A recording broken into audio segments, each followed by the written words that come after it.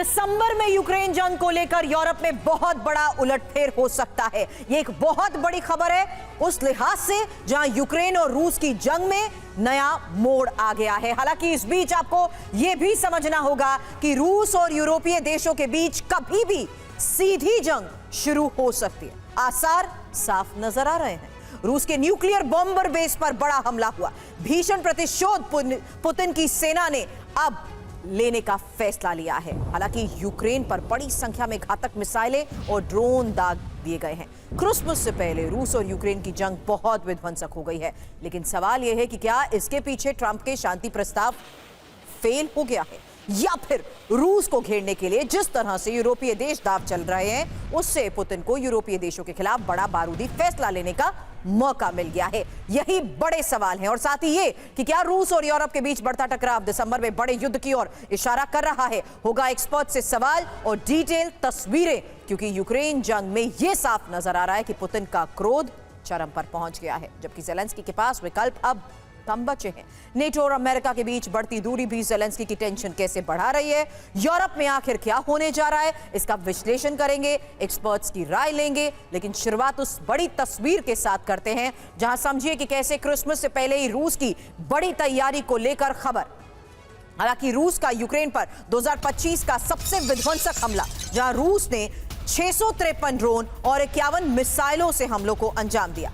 बड़ी खबर यह है कि कीव, लवीव, निप्रो समेत कई बड़े शहरों पर एक साथ अटैक हुआ है। फिलहाल 29 इलाकों में पावर स्टेशन से लेकर सप्लाई लाइन को निशाना बनाया गया। बैलिस्टिक और हाइपरसोनिक मिसाइल से रूस के हमलों को लेकर ही ये पहली बड़ी खबर और वो तस्वीर जिससे साफ है कि किस तरीके से बड़े स्तर पर हमलों को अंजाम दिया जा रहा है।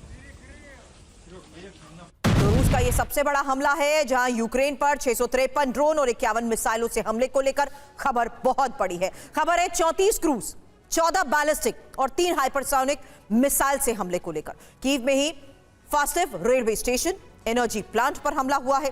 बिला सिरखवा, लवीव में ही पावर प्लांट पर हमला हुआ है। निप्रो, पोल्तोवा और चार्निहाइव में भी एनर्जी इंफ्रास्ट्रक्चर को टारगेट किया गया है।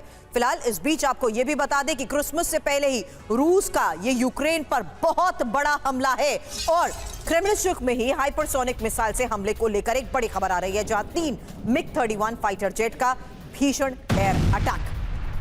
क्रिमिया से भी क्रूज मिसाइलें लॉन्च की गई हैं। स्कैंदर मिसाइलों से पावर स्टेशन पर हमले को लेकर रिपोर्ट में किया गया है दावा। फिलहाल ये वो तस्वीर है जहां साफ है कि लगातार एयर स्ट्राइक्स को अंजाम दिया जा रहा है। साथ ही क्रूज मिसाइल को क्रिमिया से किया गया है लॉन्च।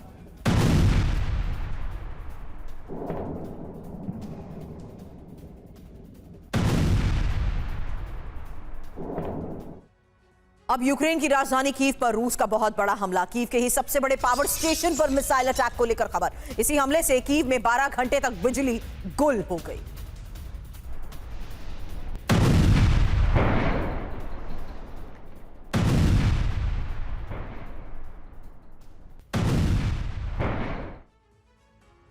रूस का कीव पर बड़ा हमला, जहां ड्रोन अटैक से दहले कीव के कई इलाके। अब तस्वीर उन इलाकों की जहां हमलों को अंजाम दिया गया। रूस ने शाहिद और गिरान ड्रोन से इन जगहों पर हमला किया।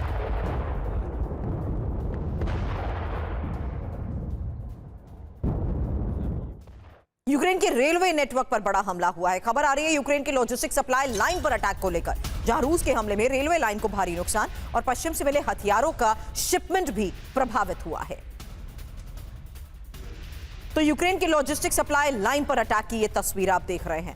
हालांकि हाई वैल्यू टारगेट्स को देखते हुए जिस तरीके से हमलों को अंजाम दिया जा रहा है, फिलहाल ये एक और बड़ी खबर है यूक्रेन के रेलवे नेटवर्क पर हुए बड़े हमले को लेकर, जहां रूस के हमले में रेलवे लाइन को भारी नुकसान, पश्चिम से मिले हथियारों का शिपमेंट प्रभावित।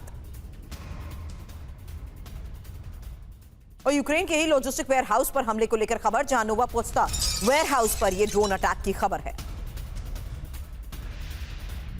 फिलहाल जिस तरीके से अलग अलग इलाकों में हमलों को अंजाम दिया जा रहा है, एक सबसे बड़ी बात, एक्सपर्ट्स मानते हैं कि आज के इस हालात को देखते हुए विंटर प्लान को एग्जीक्यूट किया जा रहा है। विंटर प्लान को एग्जीक्यूट करते हुए हाई वैल्यू टारगेट्स, जहां पूरे तौर पर पावर सप्लाई इफेक्ट की जा रही है, वेपन सप्लाई रूट्स को हिट किया जा रहा है।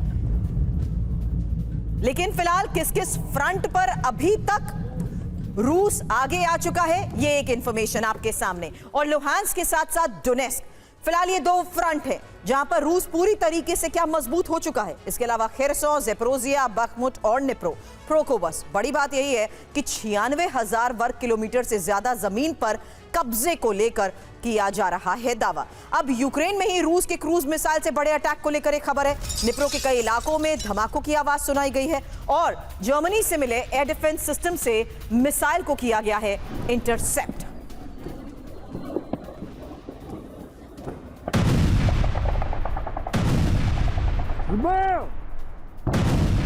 तस्वीरें अलग अलग फ्रंट से आप देख चुके हैं, जहां एक सबसे बड़ी खबर आपको बताई कि किस तरीके से और कौन कौन से इलाकों पर रूस की तरफ से कब्जे का किया जा रहा है दावा।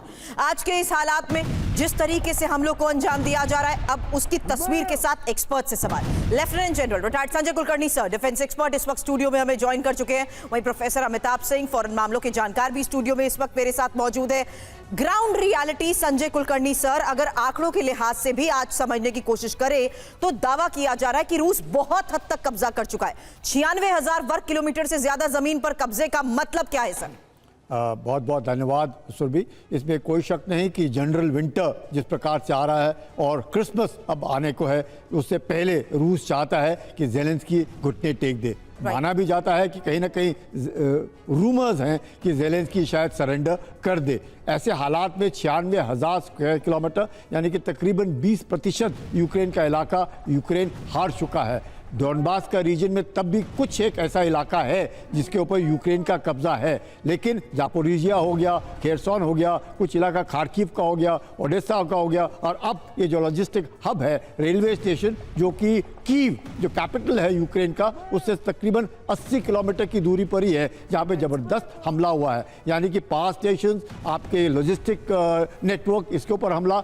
और जो लीव है जो कि पोलैंड से तकरीबन सिर्फ 17 किलोमीटर की दूरी पर है, उधर भी हमले होते रहते हैं। यानी कि ज़बरदस्त प्रेशर है ज़ेलेंस्की के ऊपर। और जिस प्रकार से यूएस ने और ट्रंप ने कहा है, अगर ज़ेलेंस्की को इसी प्रकार का उसका रवैया रहा कि वो डोनबास का रीजन रूस को नहीं देंगे, तो शायद हो सकता है कि ट्रंप जो सपोर्ट नेटो को दे रहे हैं वो भी हट जाएगा। इससे यूरोपियन यूनियन के ऊपर ज़बरदस्त दबाव है। चाहे मिसाइल्स ज़रूर जर्मनी ने डिप्लॉय किए हैं ये सोच करके कि कहीं रूस हमला ना कर दे, पर रूस हमला नहीं करेगा किसी भी यूरोपियन यूनियन पे जब तक कि वो रूस के ऊपर हमला ना करे। मुझे लगता है ज़ेलेंस्की जो है वाकई बहुत ही बैकफुट पर है और रूस लगातार प्रेशर बनाए जा रहा है, जिससे जब भी ये स्ट्रैटेजिकल मूव था, ये सवाल प्रोफेसर अमिताभ उस लिहाज से अब मैं आपसे करना चाहती हूं जहां ज़ेलेंस्की को हटाने के लिए दबाव तो पहले दिन से सामने आ रहा था।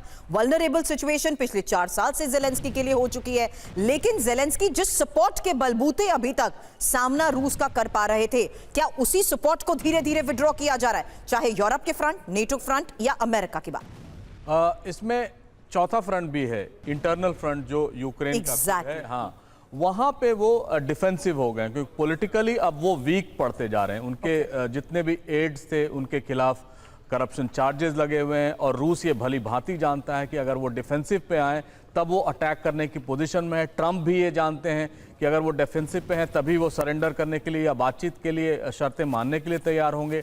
और फ्लोरिडा में अभी 3 दिन की बात जो कंक्लूड हुई है जेरेड कुशनर, स्टीव विटकॉफ और रुस्तम उमरोव के बीच, जो उनके नेगोशिएटर हैं यूक्रेन के, उनसे उनकी बातचीत से या उससे जो रिपोर्ट्स आ रहे हैं देख के लग रहा है कि अब कुछ ना कुछ कहीं ना कहीं कोई शांति आएगी।